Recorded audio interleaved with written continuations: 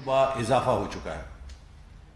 اس کے ساتھ ساتھ یہ بھی میں واضح کرنا چاہتا ہوں کہ آج پاکستان کی معیشت جہاں کھڑی ہے، اس کی ذمہ داری کے اوپر کسی وقت بھی پچھلی حکومت کے لوگ کسی بھی جگہ پر آ کر ہمارے ساتھ مباحثہ کر سکتے ہیں۔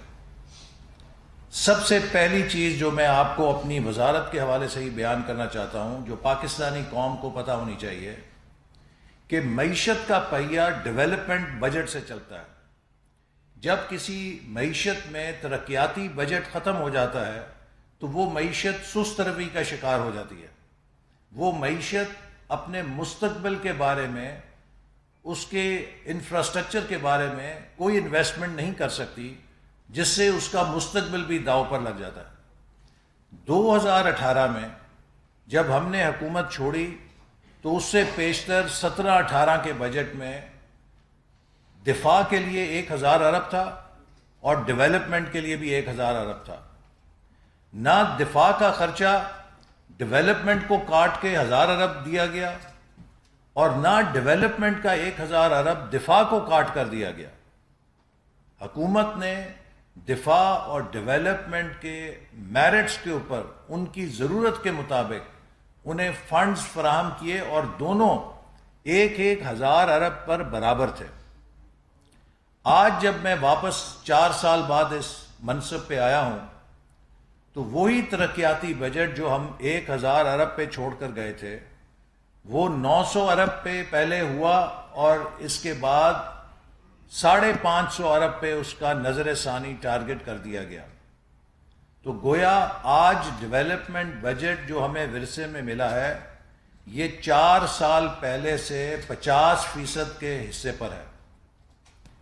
اور سونے پہ سہاگا یہ کہ 1 اپریل کو وزارت خزانہ نے صاف بتلا دیا، یہ ہماری حکومت آنے سے پہلے کی بات ہے، کہ اپریل، مئی اور جون آخری سہ ماہی کے لیے وزارت خزانہ ترقیاتی بجٹ کی قسط جاری نہیں کر سکتی۔ پاکستان کی تاریخ میں ایسا مقام کبھی نہیں آیا کہ وزارت خزانہ نے ڈیولپمنٹ بجٹ کی 1 سہ ماہی کی قسط روک لی ہو اور کہا ہو کہ ہمارے پاس فنڈز نہیں ہیں جن سے ہم یہ جاری کر سکیں۔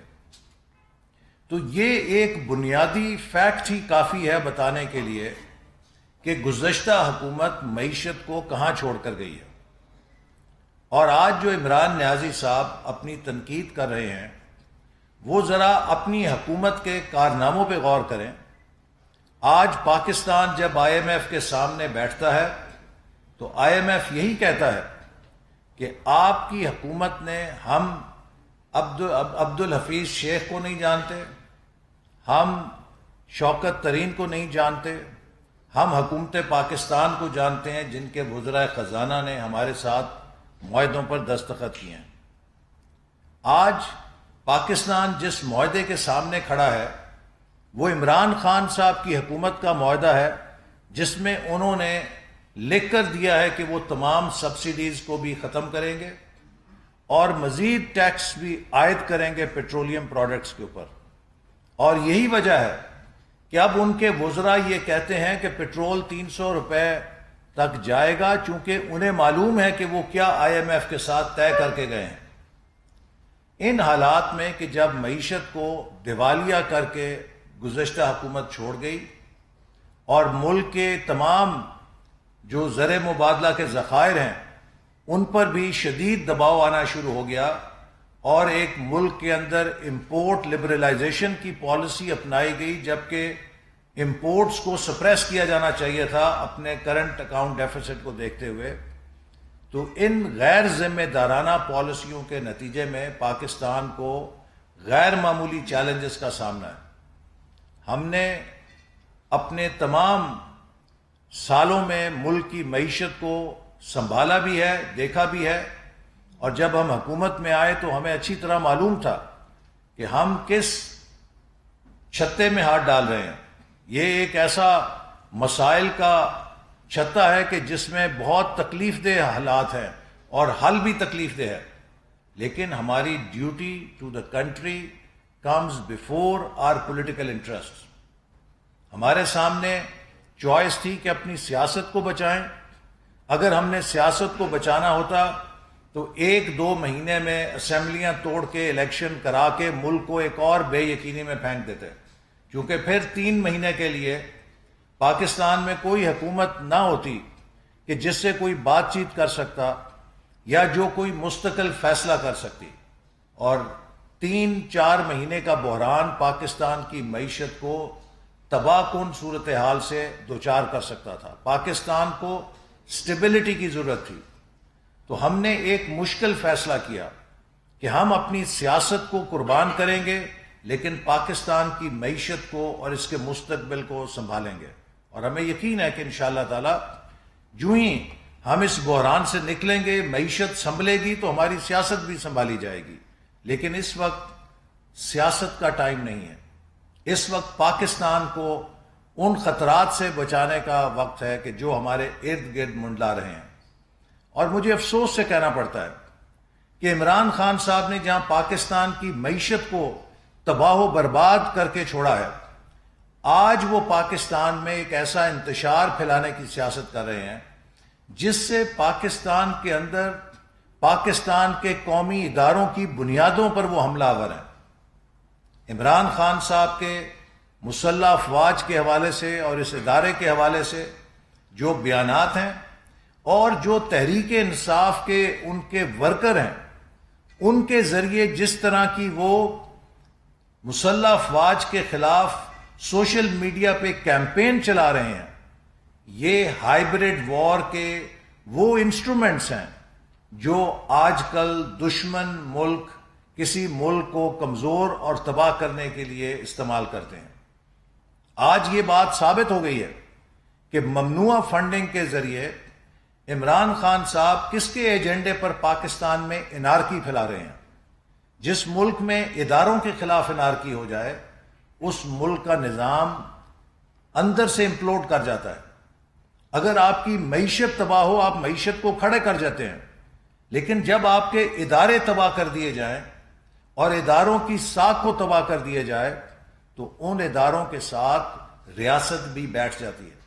اس لیے ہم عمران خان صاحب کو اجازت نہیں دیں گے انشاءاللہ کہ وہ اپنی اس قسم کی منفی سیاست کا نشانی پاکستانی قوم کو بنائیں اور پاکستان کے ریاستی اداروں کو بنائیں.